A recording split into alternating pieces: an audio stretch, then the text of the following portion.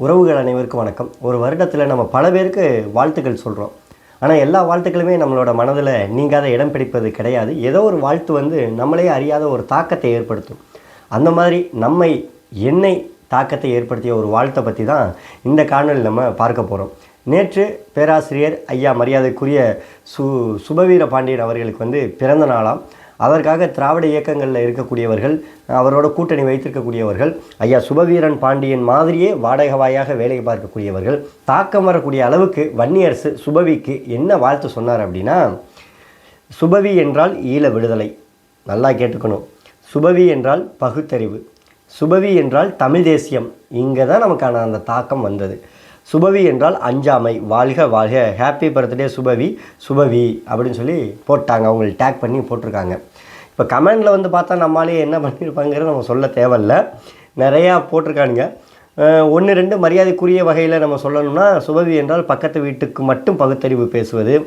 சரி, ஏதோ ஏற்றுக்கலாம். சுபவி என்றால் வாடகை வாய் கருவி, அதுவும் ஏற்றுக்கலாம் தான் நினைக்கிறேன்.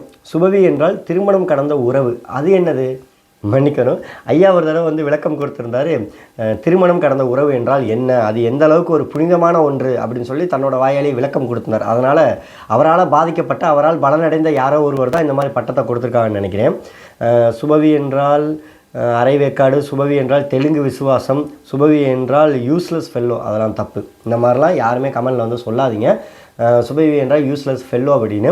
ஏன்னா இன்றைக்கி பல பேருக்கு ஒரு மன வருத்தத்தில் இருக்கும்போது எங்களை மாதிரி ஆட்கள்லாம் சிரிக்க வைப்பதும் அவர் தான். எங்களை மாதிரி ஆட்கள்லாம் சில நேரம் பேச வைப்பது கூட அவராக தான் இருக்கிறாரு. ஏதோ ஒரு விதத்தில் அவர் ஒரு பயனுள்ளதாக தான் இருந்துக்கிட்டு இருக்கிறாரு. சுபவி என்றால் தமிழ் தேசிய துரோகி. சுபவி என்றால் ஒருவரை எதிர்க்க துணிவின்றி சிலரை தூண்டிவிட்டு இன்பம் அடையும் கோழை என்பது. என்னப்பா, ஒருத்தருக்கு பிறந்த நாளுன்னு சொல்லி ஊரே வாழ்த்து மலையில் கொண்டாடிக்கிட்டு இருக்கும்போது ஐயா சுபவியை இந்த அளவுக்குலாம் கேவலமாக நீங்கள் எழுதி அனுப்பலாமா அப்படிங்கிற ஒரு வருத்தம் செய்து. ஆனால் என்ன பண்ணுறது, ஐயா சுபவி அவர்கள் செய்து வைத்ததும் தான் விதைத்த விதையெல்லாம் உன்னை அறுக்க காத்திருக்கும் என்பது போல் அவருடைய வினையெல்லாம் இன்றைக்கி அவரை அறுத்து தள்ளிக்கிட்டு இருக்குன்னு தான் சொல்லி ஆகணும். அதாவது ஐயா சுபவீர பாண்டியன் அவர்களுக்கு வாழ்த்து சொல்வது தவறு கிடையாது. உண்மையிலேயே அவருக்கு வாழ்த்து சொல்லக்கூடிய இடத்துல தான் அவர் இருக்கிறார். ஆனால் சுபவி என்றால் தமிழ் தேசியம், சுபவி என்றால் அஞ்சாமை என்பதெல்லாம் ஏற்றுக்கொள்ள முடியாத ஒன்று, அதை தாங்கிக் கொள்ள முடியாத ஒன்று. பரவாயில்ல, இந்த முறையாவது 4-5 வரிகளோடு நிறுத்தி கொண்டாங்க வன்னியரசு. கடந்த பிறந்தநாளில் ரொம்ப எழுதி வச்சுருந்தார். சுபவி என்றால் பிரபாகரன் அப்படின்னு வேறு சொல்லியிருந்தார். அதெல்லாம் ஜீர்ணிக்க முடியாமல் நாம் தமிழர் கட்சி தம்பிகள், உறவுகள், தமிழ் தேசியத்தின் மீது பற்று கொண்டவர்கள், இவ்வளவு ஏன் திராவிட இயக்கத்தில் பயணிக்கக்கூடிய பிரபாகரன் மீது பற்று கொண்டவர்கள் கூட இதை எதிர்த்து கேள்வி கேட்க முடியாமல் நிறையா திணறி போனாங்க. சுபவிக்கும் பிரபாகரனுக்கு என்னப்பா சம்மந்தம் பண்ணி, அதே மாதிரி தான் இப்போவும் சுபவிக்கும் ஈழ விடுதலையும் அப்படி சொல்லி போட்டிருக்காங்க. ஒரு இடத்துல போராடினார்கள், இன்றும் போராடினார்களா? அதுதான் ஒரு முக்கியமான ஒன்று. ஐயா மாவோ சொல்வது போல், ஒரு போராளி போராடினான் என்பதற்காக அவன் போராளி ஆகிவிட முடியாது. இப்பொழுதும் போராடி கொண்டு இருக்கிறானா என்பதை நம்ம பார்க்கணும்னு சொல்கிறாங்க. அதன் அடிப்படையில் ஈழ விடுதலைக்கு போராடினார் ஒரு காலத்தில். இப்போவும் அதே நிலைப்பாட்டில் இருக்கிறாருன்னு கேட்டால் கிடையாது. யார் அந்த ஈழப்படுகொலையை ஒட்டுமொத்தமாக அழிக்க துடித்தார்களோ, அழித்து ஒழித்தார்களோ, அவர்களுடைய கூட்டணி வைத்துக்கொண்டு அவர்களுக்கு வாடகைவாயாக வேலை பார்த்து கொண்டு இருக்கிற வேலையை தான் இன்றைக்கி ஐயா சுபவி அவர்கள் செய்துக்கிட்டு இருக்கிறாங்க. இதில் சுபவி என்றால் தமிழ் தேசியம் என்பது எப்படி ஏற்றுக்கொள்ள முடியும்? தமிழ்நாட்டில் பல நூற்றாண்டு காலமாக தமிழ் தேசியமே இங்கே ஒரு எழுச்சி வரணும்னு சொல்லி சிலரின் தாகமாக இருந்தது. அதை பல பேரோட தாகமாக மாற்றி இன்றைக்கி தமிழ் தேசியம் அரசியல் நோக்கி நகர்கிறது என்கிற அளவுக்கு தமிழ் தேசிய அரசியல் இன்றைக்கி தமிழ்நாட்டில் வளர்ந்துட்டு வருது. அப்படிப்பட்ட தமிழ் தேசியத்தை ஒழிப்பதற்காகவே தமிழ்நாட்டில் எண்ணற்ற திட்டங்கள், எண்ணற்ற சதி திட்டம். ஊரில் என்ன சொல்கிறாங்கன்னா, ஊமை குசும்புமானுங்க. ஊமை மாதிரியே இருப்பான், ஆனால் ஊரில் இருக்கிற எல்லா வேலையும் கெடுக்கிறதே அவனாக தான் இருப்பான். அந்த மாதிரி தமிழ்நாட்டில் தமிழ் தேசியத்தை அழிக்க வேண்டும், தமிழ் தேசியம் வளர்ந்து விடக்கூடாது, தமிழ் தேசியங்கிறது இந்த மண்ணுக்கு ஆபத்தானது, தமிழ் தேசியம் என்பது திராவிடர்களுக்கு ஆபத்தானது, தமிழ் தேசியம் என்பது இங்கே இருக்கக்கூடிய பிற மொழியாளர்களை எதிர்க்கும், தமிழ் தேசியம் என்பது பிற மொழியாளருக்கு எதிரானது, தமிழ் தேசியம் என்பது வளர விட்டால் நம்மளால் பொழைக்க முடியாது, தமிழ் தேசியம் என்பது வளர்ந்து விட்டால் நம்மளால் அதிகாரத்தில் உட்கார்ந்து கொண்டு மக்களை ஏமாற்ற முடியாதுன்னு சொல்லி தமிழ் தேசியத்தை எதிர்க்க வேண்டும் என்கிற ஒற்றை நோக்கத்தோடு ஐயா சுபவீர பாண்டியன் ஒவ்வொரு நாளும் வேலை செய்து கொண்டிருக்கிறார். அவரோட மூளை இருக்குதே மூளை, தமிழ் தேசியம் என்பதும் ஆரியம் என்பதும் எது ஆபத்தானது என்ற அவரோட வார்த்தை முதல்ல எது சொல்லும்னா, தமிழ் தேசியம் தான் ஆபத்தானது. ஏன்னா ஆரியங்கிறது ஆபத்துன்னு நாங்கள் சொல்லலை, அதை ஆபத்து என்பது போல் கட்டமைத்து அதை வளர்த்து விடுவதே நாங்கள் தான், அவர்களுடைய குட்டிகள் பிள்ளைகள் தான் நாங்கள் திராவிடம். ஆனால் தமிழ் தேசியம் என்பது எங்கள் இருவருக்கும் எதிரானது, அதனால் தமிழ் தேசியத்தை தான் நாங்கள் முதல்ல எதிர்ப்போம்னு சொல்லி ஐயா சுபவீர பாண்டியன் எத்தனையோ கருவிகளை அழைத்துட்டு வந்து அண்ணன் சீமான் அவர்களை எதிர்ப்பதற்கு எத்தனையோ வேலைகள்லாம் செய்திருக்கிறாங்க.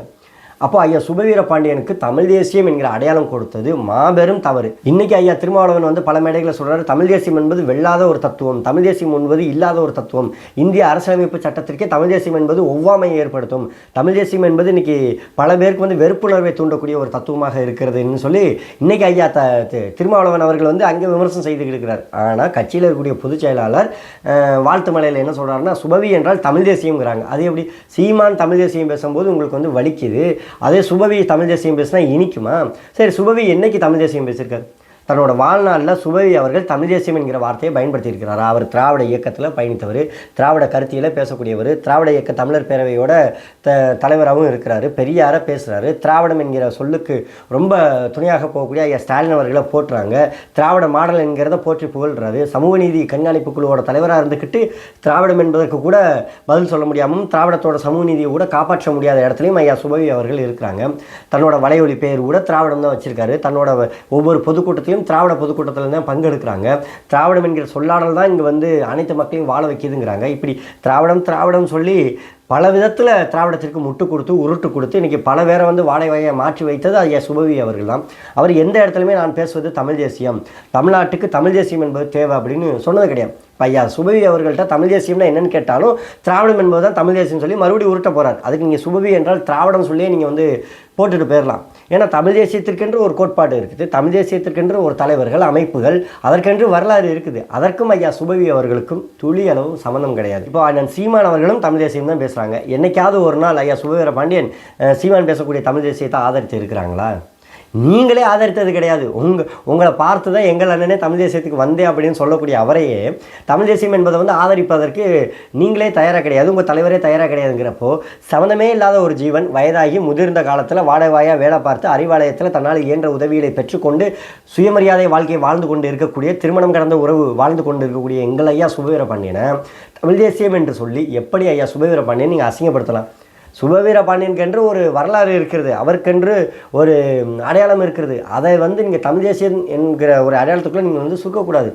திராவிடம் முழுவதும் இப்படி தான் தமிழருடைய வரலாற்றை வந்து திருடி அழித்து அதை குழப்பத்திற்கும் பேராக மாற்றி நம்ம எல்லாம் இன்றைக்கி ஐயா கருணாநிதி அவர்களையும் பெரியார் அவர்களையும் அண்ணாதுரை அவர்களையும் ஸ்டாலின் அவர்களையும் உதயநிதி அவர்களையும் விட்டால் வேறு யாருமே தமிழ்நாட்டில் தலைவர்கள் கிடையாது என்கிற நிலைமைக்கு இன்றைக்கி உருவாக்கி கொண்டு வந்தது தான் திராவிடம் என்கிற கோட்பாடு. இவன் என்னையா ஜென்மம் சொல்லக்கூடிய அளவுக்கு வன்னியரசு போன்றவர்களுடைய வார்த்தைகளும் கருத்துக்களும் நம்ம வந்து ஒரு பெரிய தாக்கத்தை தான் ஏற்படுத்தியிருக்கு. இதில் வேறு அஞ்சாமையா யார் அஞ்சாதவர்? ஐயா சுபவீர பாண்டியன் அஞ்சாத ஆளா?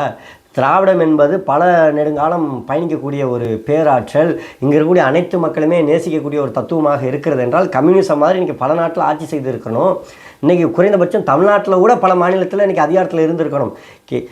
கேவலம் உங்களால் வந்து தமிழ்நாட்டு மக்கள் பெருந்தன்மையாக இருக்கிறாங்க, மக்கள் வந்து உங்களை நம்பிட்டாங்கங்கிற ஒற்றை காரணத்துக்காண்டி அவருடைய வாக்குகளை வாங்கி அதிகாரத்திற்கு வந்து அவளை ஏமாற்றி பிழைக்கக்கூடிய ஒரு தத்துவமாக இருக்கக்கூடிய அந்த திராவிடத்தை தொங்கிக் கொண்டு ஐயா சுபவீர பாண்டியன் அவர்கள் தன்னோட உண்மையான அடையாளத்தை கூட இன்றைக்கி வெளியில் சொல்ல முடியல. திராவிடம் என்பவர் யாருங்கிற வரலாற்றை கூட சொல்லி அரசியல்படுத்த முடியல. அவர் வந்து அஞ்சாமைக்கு அடையாளமா?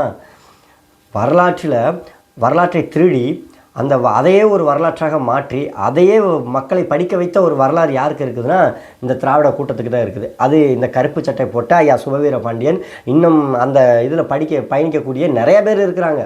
அப்படிப்பட்டவர்களால் தான் இன்றைக்கி இந்த நாடு சிக்கி தவித்து கொண்டு இருக்கிறது. அதனால் அடுத்த பிறந்தநாளில் சுபவி அவர்களுக்கு பிறந்தநாள் வாழ்த்து சொல்வதற்கு வன்னியரசு அவர்களுடைய கருத்து இன்னும் தீவிரமாக தெரிக்கும். உறுதியாக தமிழ் தேசியம் இந்த மண்ணில் நிலைத்து இருக்கும் என்பதை சொல்லி முடித்து ஐயா சுபவீர பாண்டியன் அவர்களுக்கு பிறந்தநாள் வாழ்த்துக்கள். தாமதமாக சொன்னாலும் நீங்கள் எதுவும் தப்பாக எடுத்துக்க மாட்டீங்கன்னு நினைக்கிறேன். ஏன்னா திருமணம் கடந்த உறவு என்பது போல் இது காலம் கடந்த வாழ்த்து அப்படின்னு நாங்கள் சொல்லி முடிச்சுக்கிறோம் ஐயா.